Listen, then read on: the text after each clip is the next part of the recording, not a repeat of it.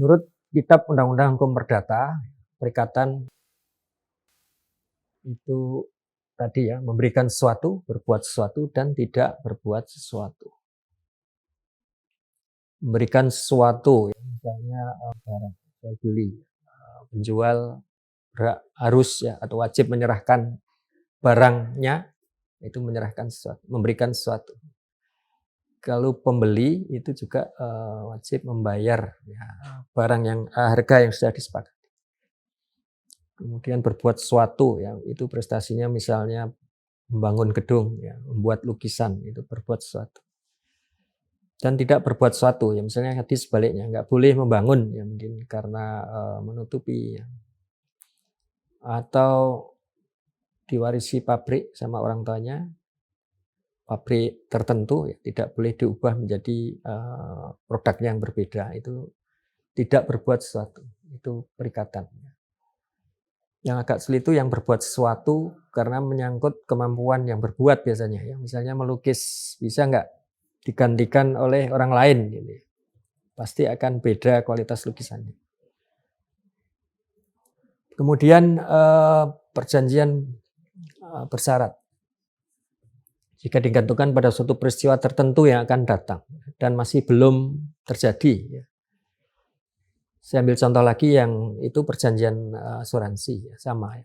Perjanjian asuransi itu perjanjian bersyarat, pemenuhan kewajiban penanggung atas klaim apabila dipenuhi syarat-syarat yang ditentukan dalam polis. Yang biasanya syarat itu akan terjadi kemudian ya di nanti hari. Itu perikatan atau perjanjian bersyarat. Dia hanya akan dipenuhi kalau syarat yang disepakati itu terjadi. Ada syarat tangguh, ada syarat batal. Ya. Syarat tangguh dan syarat batal. Kalau nggak dipenuhi syarat itu maka akan batal. Lalu ketepatan waktu, misalnya perjanjian kerja.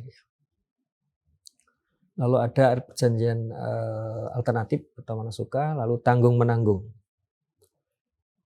Dalam pasal 18 KUHD misalnya tentang firma, dikatakan di situ bahwa tiap persero bertanggung jawab secara tanggung menanggung atau tanggung renteng ya, terhadap perikatan firma. Itu tanggung menanggung. Jadi kekayaan pengurus ya dipertanggungjawabkan. Apabila firma itu mengalami bangkrut ya, atau pailit. Lalu dapat dibagi-bagi atau tidak dapat dibagi. Prestasi itu ya dalam hal terdapat beberapa orang debitur ya atau kreditur. Lalu juga ada ancaman hukuman. Diwajibkannya ancaman pada debitur itu adalah untuk menjamin pelaksanaan perikatannya.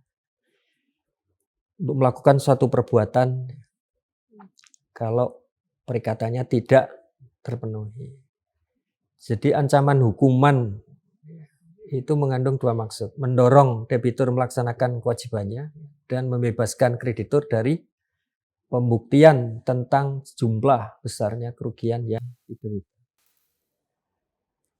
Lalu ada perikatan alam, Naturlik Verbintenis. Ini secara tegas tidak diatur dalam KUH Perdata. Satu-satunya pasal yang menyebutkan adalah pasal 1359 ayat 2. Menyatakan pembayaran yang tidak diwajibkan tidak boleh diminta kembali. Dengan perkataan lain, yang tidak diwajibkan tetap menjadi hak kreditur. Ya, perikatan alam adalah perikatan yang berada di tengah-tengah di antara perikatan moral dan perikatan hukum. Jadi perikatan yang tidak sempurna. Tidak dapat dituntut di muka hakim. Hutangnya ada, tapi hak menuntut pembayaran tidak ada. Tergantung pada kemauan debitur. Contohnya yang sering diungkapkan ketika kita dulu kuliah juga adalah perikatan di meja judi.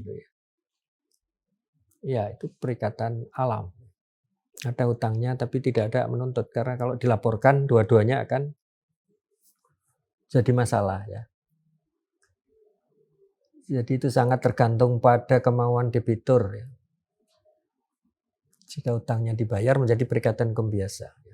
Jadi utangnya pun hapus karena pembayaran. Yang termasuk perikatan alam yang lain untuk pasal 1788 KUH Perdata, kemudian pembayaran bunga pinjaman yang tidak diperjanjikan, lalu sisa hutang pailit setelah diadakan perjanjian perdamaian. Lalu ada beberapa asas-asas atau prinsip-prinsip penting dalam hukum perikatan. Yang pertama adalah sistem terbuka dan azas konsensualisme, pasal 1338 ayat 1 KUH Perdata. Kemudian sistem terbuka itu lawan dari sistem tertutup. Kemudian konsensualisme, tadi sudah dijelaskan di depan, perjanjian itu lahir pada saat tercapainya konsensus atau kata sepakat. Lalu azas kebebasan berkontrak. Dalam azas kebebasan berkontrak itu dikatakan bahwa para pihak bebas untuk menentukan isi dan bentuk perjanjian. Lalu azas kekuatan mengikat. Ayat ya, yang menyatakan bahwa para pihak terkait untuk melaksanakan isi perjanjian, termasuk terikat pada kebiasaan dan kepatutan. Lalu azas kepribadian, azas yang menyatakan bahwa perjanjian berlaku bagi pihak yang mengadakan perjanjian itu sendiri.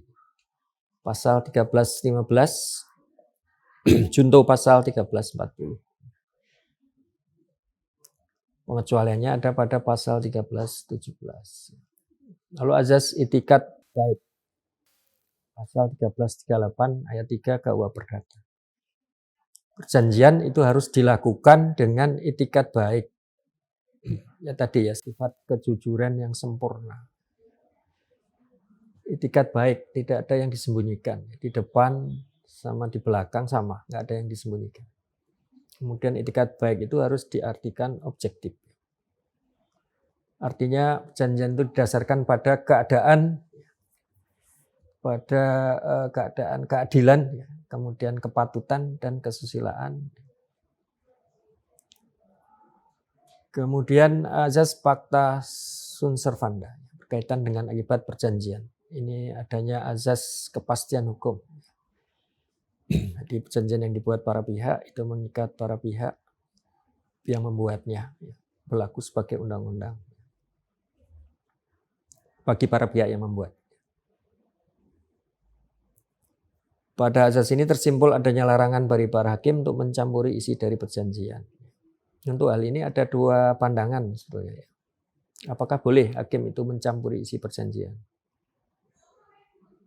Kalau menurut pandangan yang ini, ya, ada larangan hakim mencampuri isi dari perjanjian. Tapi ada pendapat lain ya, bahwa hakim boleh mencampuri isi perjanjian. Bahkan itu adalah fungsi negara yang melalui hakim untuk meluruskan kalau ada isi perjanjian yang misalnya tadi tidak seimbang. Penetapan bunga yang terlalu tinggi dan seterusnya, itu hakim boleh mencampuri isi perjanjian. Tetapi memang ada pembatasan, tidak boleh dipakai terlalu luas ya, terlalu sering. Dalam hal-hal tertentu memang hakim diperbolehkan untuk mencampuri isi perjanjian. Selanjutnya mengenai syarat-syarat sahnya perjanjian. Pasal 1320 KUH Perdata. Ada 4 syarat untuk sahnya perjanjian. Yang 2 itu syarat subjektif, yang 2 berikutnya syarat objektif. Yang pertama kesepakatan atau konsensus. Yang kedua kecakapan atau kapasite, itu merupakan syarat subjektif yang menyangkut orangnya. Lalu yang menyangkut objeknya itu hal tertentu, certainty of terms. Kemudian sebab yang halal atau legality. Yang pertama kesepakatan atau konsensus. Kesepakatan itu harus mengandung kebebasan, ya, kebebasan. Bebas dari kekhilafan, paksaan, dan penipuan. Kekhilafan itu ketidaksesuaian kontrak dengan negosiasi. Bisa jadi ya, terjadi kekhilafan. Paksaan itu bisa fisik ya, bisa juga psikis. Jadi sifatnya relatif. Misalnya waktu menandatangani perjanjian di bawah tekanan senjata tajam atau pistol, itu ada paksaan psikis, fisik ya. Bisa juga paksaan psikis. Misalnya kalau nggak melakukan sesuatu akan dilakukan apa, gitu ya. Ada ancaman ya, di balik penandatanganan itu. Lalu ada unsur bebas dari penipuan. Penipuan itu rangkaian kebohongan yang dilakukan, yang perlu dipertimbangkan adalah misalnya taraf pendidikan orangnya, lalu kecakapan orang yang ditipu, ya bisa menjadi pertimbangan ini penipuan atau bukan. Meskipun sekarang mungkin ada kejahatan gendam dan seterusnya, itu bisa jadi penipuan. Tapi intinya yang menarik itu ya, penipuan itu rangkaian kebohongan. Jadi sekali orang melakukan kebohongan, dia akan menutupi dengan kebohongan berikutnya. Itu ciri penipuan. Di rangkaian kebohongan. Itu harus dihindari. Kemudian kecakapan atau capacity. Menyangkut subjek hukum. Subjek hukum ada 2, orang dan badan hukum. Pasal 1330 KUH Perdata. Ada orang yang belum dewasa, di bawah pengampuan dan perempuan. Dulu ini dianggap tidak cakap, tapi sekarang sudah tidak lagi. Ya. Dengan adanya surat edaran Mahkamah Agung. Perempuan itu cakap berbuat hukum. Ya, itu mengenai subjek hukum. Kemudian mengenai objeknya. Hal tertentu atau certainty of terms. Berupa prestasi, pasal 1333 KUH Perdata. Pasal 1234 KUH Perdata, tadi sudah dijelaskan di depan, prestasi itu memberikan sesuatu, berbuat sesuatu, dan tidak berbuat sesuatu. Kemudian yang terakhir, sebab yang halal, atau legality. Dimaksud sebab adalah isi perjanjian itu sendiri yang menggambarkan tujuan yang akan dicapai oleh para pihak. Pasal 1377 KUH Perdata.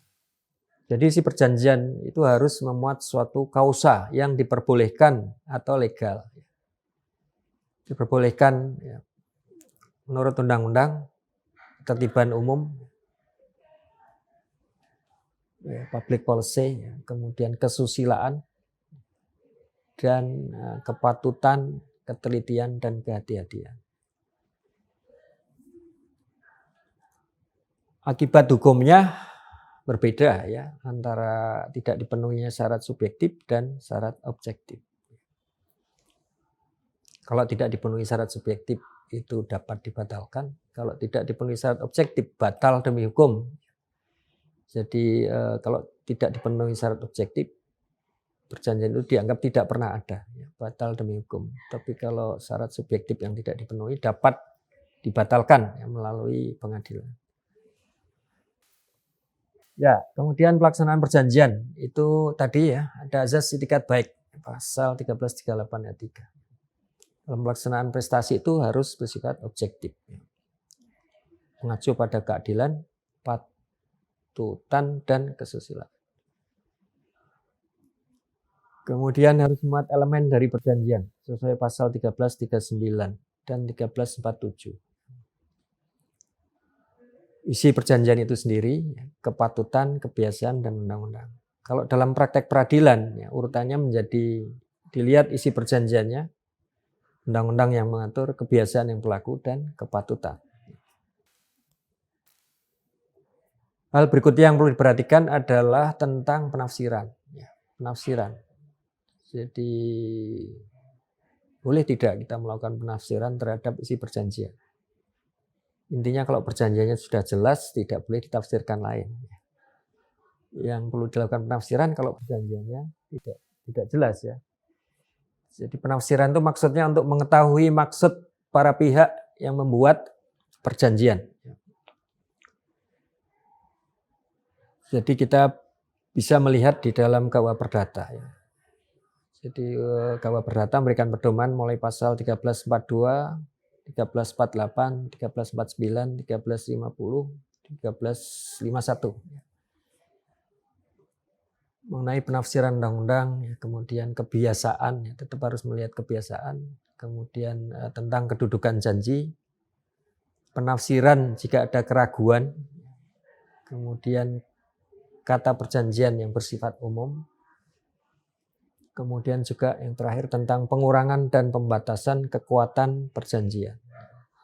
Jadi pada intinya perjanjian itu harus yang dapat dilaksanakan oleh para pihak dan tidak merugikan kedua belah pihak. Kemudian mengenai pelaksanaan perjanjian tadi ada eksekusi ya, eksekusi real. Jadi eksekusi dalam pengertian harfiah itu pelaksanaan pemenuhan kewajiban debitur.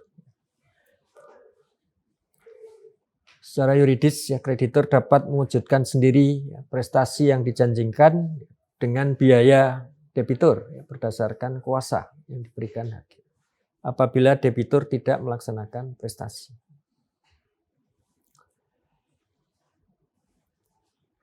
Pasal 1234 itu hanya mengatur mengenai eksekusi real, ya, berupa berbuat sesuatu dan tidak berbuat sesuatu. Mengenai tidak terlaksananya perjanjian, ya, terdapat dua alasan tidak terlaksananya suatu perjanjian. Yang pertama adalah wan prestasi dan yang kedua overma atau keadaan memaksa. Tidak terlaksananya perjanjian karena wan prestasi. Wan prestasi sendiri di mana debitur tidak memenuhi apa yang diperjanjikan atau lalai. Bentuk wan prestasi itu bisa 4 hal. Tidak melaksanakan perjanjian, kemudian tidak sempurna melaksanakan perjanjian, terlambat melaksanakan, dan melakukan hal yang tidak boleh. Pasal 1238 KUA Perdata, debitur itu dinyatakan lalai dengan surat perintah atau akta sejenis yang menyatakan lalai. Kemudian hukuman ya, atau akibat dari wan prestasi bagi debitur yang lalai adalah pertama memberikan ganti rugi, yang kedua pembatalan perjanjian ya, atau pembatalan pelaksanaan perjanjian, kemudian yang ketiga peralihan risiko, dan yang keempat membayar biaya perkara.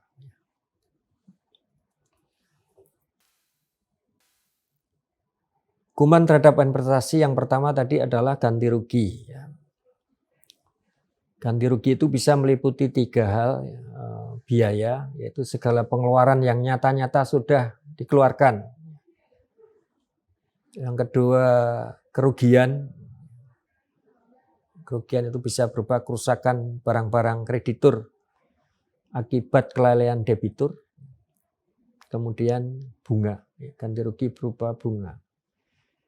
Kerugian yang berupa kehilangan keuntungan.